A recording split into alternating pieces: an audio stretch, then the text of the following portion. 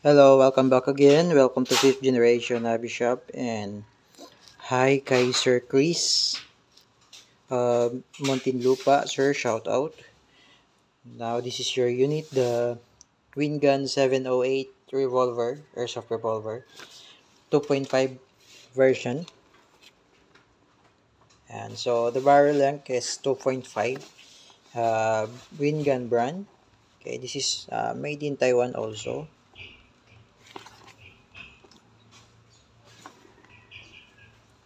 Yan, made in Taiwan, WG Sports Series 708, 2.5, and adjustable rear sight, comes with the tactical rail and all metal 6 shots rotary, fast CO2 loading system. So, buksan na natin. Heavyweight 1.1 scale. Ayan, the manual. Okay, 708 silver. Okay, with the safety. Yan. Single action and double action. Single action, double action. Okay. Ito yung shell. Wala pa siyang CO2. Wala pang CO2. Okay, 6 shots. Adjustable yung sight niya, sir. Windage, ito naman yung sa elevation. Ito yung sa up and down. Ito naman yung sa left and right. Adjustable yan. Yung front naka-fix.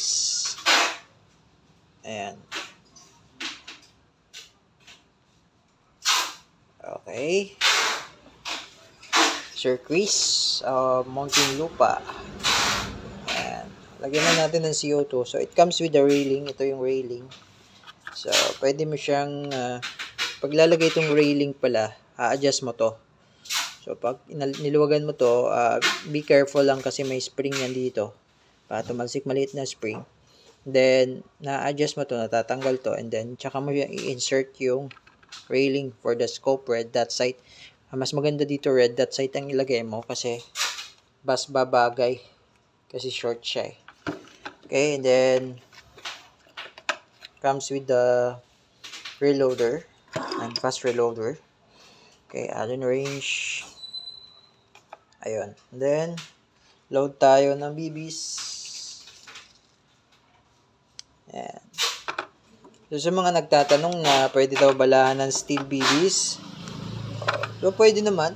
Pwede naman siyang balahan ng steel BBs. Pero, again, sinasabi ko nga, this airsoft gun ay hindi po talaga nakadesign para sa steel BBs.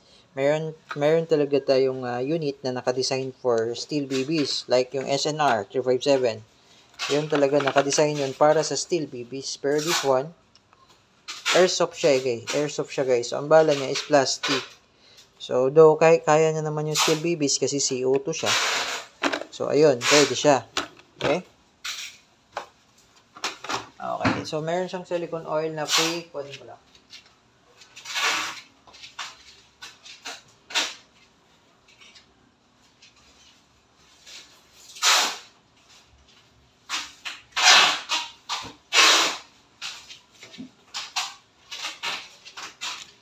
Okay, ito yung silicone oil. Free na po ito.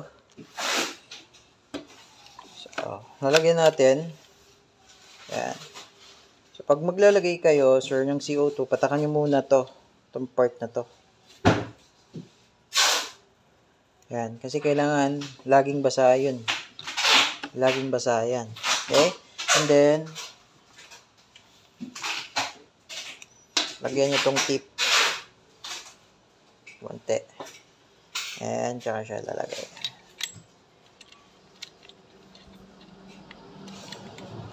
Ngayon, pag hindi nyo gagamitin, okay, higpitan muna natin. Ayan. Then, kailangan mabilis po yung pag-higpit nyo dito, sir, no? Kasi pag medyo mabagal, sisingaw yan. Ayan. Ayan, mabilis. Okay, then, saktong higpit lang, huwag lang sobrang higpit. Okay? Then, pag hindi nyo siya gagamitin, pwede nyo siyang i-stock like months. Huwag nyo siyang hayaan na maraming, marami pang CO2. Marami pang laman. No? So, bawa, ginamit nyo, pinaputok nyo. Tapos, paubos na nyo. Alam nyo na napaubos na yung CO2. Yan, that's the time na pwede nyo nang i-stop. Kung alam nyo hindi nyo siya gagamitin ng matagal. And then, patakan nyo lang yung dito na side para laging lubricated yung orange niyan. Yan. Then, kapag halimbawa naman bagong lagay yung CO2, bagong-bago, tapos nakailang putok lang kayo, huwag nyo siyang i-stop. Kasi malakas pa yung pressure niya sa loob. Maghahanap siya ng lalabasan. So, doon nagkakaroon ng premature leak. So, kailangan i-stack nyo siya pag paubos na yung CO2. Just like sa mga green gas unit natin, sa mga airsoft pistol. So, pag i-stack, lalagyan lang natin ng konti. So, ganun din dito. Pag i-stack nyo, dapat paubos na yung CO2. Huwag nyo siyang i-stack ng bagong-bago pa yung CO2. Okay? Then, ito, lalagyan nyo rin. Itong part na to, lagi dapat basa yan. Lagi dapat lubricated yan. Okay? Then, nadidikak din yan. Ayan. I-load tayo para ma-chronograph test na natin.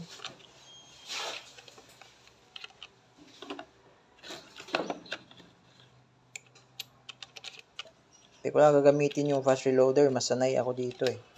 Saan yung isang shell?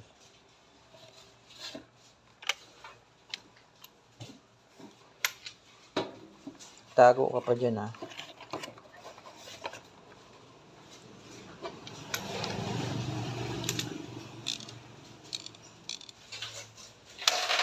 Okay, safe.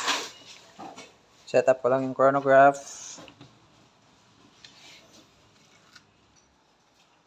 Okay, Sir Chris. Chronograph testing. Tingnan natin kung ilang EPS ang unit mo, sir. Okay. The WG708 revolver. Ayan. Okay. So, single action. Tingnan natin. Okay. Firing. 440. Wow, lakas ah. Okay. So, single action ulit. Firing.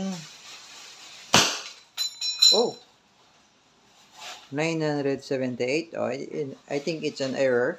So, ulitin natin. Firing. Single action. Wait.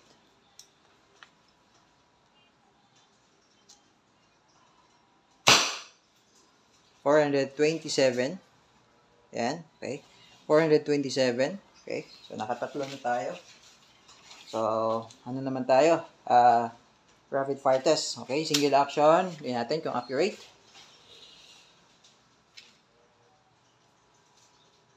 Firing. Okay. Sa single action, sa double action naman, medyo magalaw yung plate. Firing. Oops. Nagalaw eh. Hindi ko natamaan. Okay, ang single action kasi ibababa mo yung hammer. So, pagka double action kasi medyo malalim yung trigger pull eh. So, mas maganda kung single action. Okay? So, let's try again the double action. Firing.